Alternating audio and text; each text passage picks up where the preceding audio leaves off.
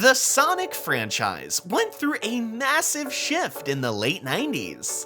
In order to keep up with the times and appeal to new players, Sega wanted its flagship franchise to evolve and embrace the next generation of gaming. At the time, this meant venturing into the lush, polygonal world of 3D, and leaving the fast-paced 2D side-scrolling that put the series on the map far behind it. So, that's exactly what they did. Their first foray into three-dimensional Sonic, and what seemed to be timed as the company's answer to the juggernaut that was Super Mario 64, was Sonic 3D Blast.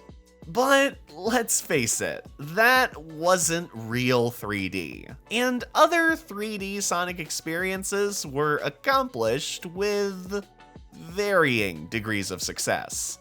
However, while 3D Sonic games don't have the best reputation, they did result in the development of a fascinating game engine. One that somehow still manages to be impressive almost a decade later. The appropriately named Hedgehog Engine. The creative mind behind the Hedgehog Engine was a Sonic team member named Yoshihisa Hashimoto. This dev got his start at Sega fresh out of college as an enemy programmer on Sonic's 1998 true 3D debut, Sonic Adventure. Following Sonic Adventure's release, Hashimoto went on to contribute to many Sonic games, serving as a programmer on everything from Sonic Adventure 2 Battle, Thanks for the Tiny Chow Garden, to Sonic N for the N-Gage. Altogether, Hashimoto is credited on 9 Sonic games. With all of that experience, as well as his knowledge as a lifelong Sonic fan, it was his dream to work on Sonic games long before he started working at Sega. Hashimoto developed some big ideas. He noted where the 3D incarnations of Sonic went wrong, and how the series could improve as it moved forward, primarily in the realm of presentation. In 2005, he got his opportunity. Sega wanted to start development on a new game built to take advantage of the 7th gen consoles, and they called on Hashimoto to direct the new project.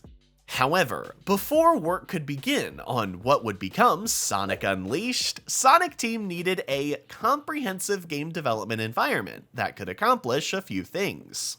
In order to bring Hashimoto's vision to life, it needed to be able to produce pre-rendered CGI film quality 3D graphics, targeting Pixar visuals, and it needed to do that at the breakneck speed of a Sonic game. Their first and most important discovery was that, despite all of the cool tricks modern games used, like HDR, advanced shaders, and normal and shadow maps, something still felt off. There was a flatness that had to be fixed, and the solution to the problem became apparent as Hashimoto and the team observed thousands of pre-rendered 3D images. They discovered that the secret to the 3D-ness of the higher quality images came down to one thing: an incredibly taxing lighting technique called global illumination. In real life, light and shadow aren't just an on or off situation as they were in early 3D video games. The true scientific nature of light is pretty complicated, since it has aspects of both waves and particles. But we'll save the complicated stuff for Bill Nye, and simplify things for the purpose of this video by just describing their particle aspects. When light particles are emitted onto a surface, they don't just create shadow. They also absorb and reflect the colors of the surfaces they come into contact with. The intensity of this effect depends on the materials absorbing the light and the distance and direction of the light source itself. And it compounds by orders of magnitude as those particles continuously bounce into and off of other objects. These principles are what power modern ray tracing implementations. But as you can probably imagine, the calculations needed to do this in real time were far beyond the capabilities of game engines and hardware in the mid-2000s. The absence of a global illumination effect is what was causing the flatness Hashimoto observed. There wasn't an accurate representation of global illumination in place. Hashimoto went over these findings in detail at a GDC presentation in 2009, and Sonic enthusiast Sifx broke those complex concepts down even more in this video, which we highly recommend checking out. Due to having limited experience and understanding of ray tracing, radiosity, and photon mapping, Sonic Team had to go their own way and create a custom method for calculating their global illumination. Their first attempt was a light model system that treated light particles similarly to how they act in real life, but tests of that system generated an infinite number of calculations, which made it impossible to use.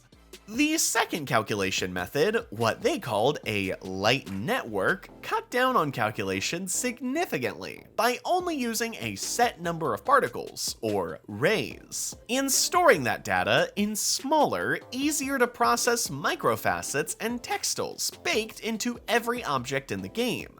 This information was also used to create the Hedgehog Engine's light fields. This feature divides a stage into different sized cells, applies the color data from the GI calculations to the vertices of those cells, and casts that color onto Sonic as he zips through a level. This is the secret sauce that makes Sonic look like he's actually in the stage, instead of the strange effect we saw in the previous 3D games. While light networks streamlined their calculation load, they were still massive undertakings. In his GDC talk and other interviews, like this one with Sonic Channel, Hashimoto talked about the immense processing power needed to get the global illumination calculations for their pre-baked solution just right. With a single PC, it would have taken as long as 6 months to complete the calculations of a single stage. To overcome this hurdle, Sonic Team utilized distributed computing to share the computational load across 100 PCs. This reduced the time needed for calculations from 6 months to 1 or 2 days. Well, at least it did after some upgrades. They had to increase the RAM and storage of their PCs and improve the power system in their office. Prior to that upgrade, using anything that required power during calculations, even a simple appliance like a coffee maker, would overload the system and blow the circuit breaker. But hey, they got there eventually. Now, it's not like games weren't attempting to do some kind of global illumination at the time. Games like Half-Life, Quake, Max Payne, and Halo 3 all had their own implementations of this effect. You can learn more about the history of global illumination across gaming history in this presentation, which we'll link in the description. While those are all impressive in their own right, they all had one big advantage. None of them had to deal with Sonic's speed.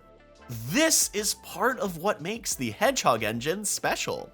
Rather than loading in all of the GI information at once, the Hedgehog Engine uses a custom tool called GI Atlas to group smaller chunks of information in a way that eliminates wasted memory and reduces time spent searching for data on the disk. Combined with methods implemented to optimize streaming performance, Sonic can run through a stage at max speed while the lighting effects remain incredibly convincing. According to Sega, the Hedgehog Engine was in development for 3 years, but it continued to change long after that. As evidenced by this X thread by programmer and hobbyist reverse engineer Sajidur78, Sonic Team refactored and even rewrote parts of the Hedgehog Engine during the development of subsequent games for the sake of flexibility and other improvements. Whether or not improvements were actually made for Sonic Generations or Lost World is definitely up for debate. But any changes that were made to the engine were done without the supervision of its primary creator. Yoshihisa Hashimoto left Sega to join Square Enix in mid-2009, where he went on to spearhead the creation of the Luminous engine. Several years and several Hedgehog Engine games later, Sega announced the existence of Hedgehog Engine 2, alongside the reveal of Sonic Forces. According to CG World's article discussing HE2, the engine took about 3 years to complete, and its development was carried out simultaneously with the development of the new Sonic title, just like the first Hedgehog Engine.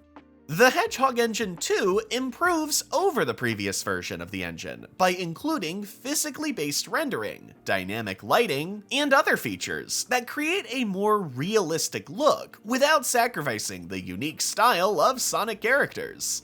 After Forces, HE2 was used in Sonic Origins, Sonic Frontiers, and it's being used for the Shadow content in Shadow X Sonic Generations.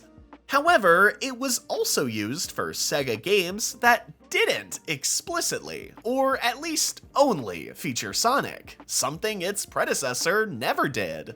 HE2 was utilized for Mario and Sonic at the Rio 2016 Olympic Games and the Tokyo 2020 Olympic Games, Olympic Games Tokyo 2020, the official video game, Sakura Wars, and Puyo Puyo Tetris 2. Despite being custom built for the Blue Blur, not every Sonic game released after Sonic Unleashed made use of the Hedgehog engine. For instance, the most recently released Sonic game at the time of this video's production, Sonic Superstars, was built in Unity using physics code carried over from Sonic Mania's retro engine. While Sega itself might not have gotten the most out of the Hedgehog engine, Sonic fans and dedicated modders definitely have. There's an entire community that has formed around modding the Hedgehog engine, which has created everything from fixes for certain games, such as Project Re-Rainbow, to perhaps not legally distinct enough character models. For all the love, wackiness, and possible lawsuits being put into Sonic games thanks to HE modders, at least we can thank them for keeping things interesting and alive. At least for the moment. As of 2024, it seems the winds of change are blowing at Sega once more, and things aren't looking good for the Hedgehog engine. As more and more of their projects move over to Unreal Engine 5, the word on the street is that Sonic projects going forward will also ditch the Hedgehog engine in favor of Epic's universally accepted game engine. In fact, multiple sources have announced that an Unreal Engine 5 remake of Sonic Heroes is already in development. Does that mean that the Hedgehog engine is gonna go high up on a shelf at Sega, right next to Seaman and Space Channel 5, only to be forgotten forever? It's too early to tell at this point, but the engine's future does seem pretty bleak. For now, all we can do is appreciate all the great games, and we guess the bad ones too, that it has given us over the years. If you enjoyed this video, please leave a like and subscribe to the channel for more Sonic lore and other video game content. While you're here, you should check out our other videos featuring Mario, Spider-Man, and many more. Thanks for watching. This has been a GameFAQs Special.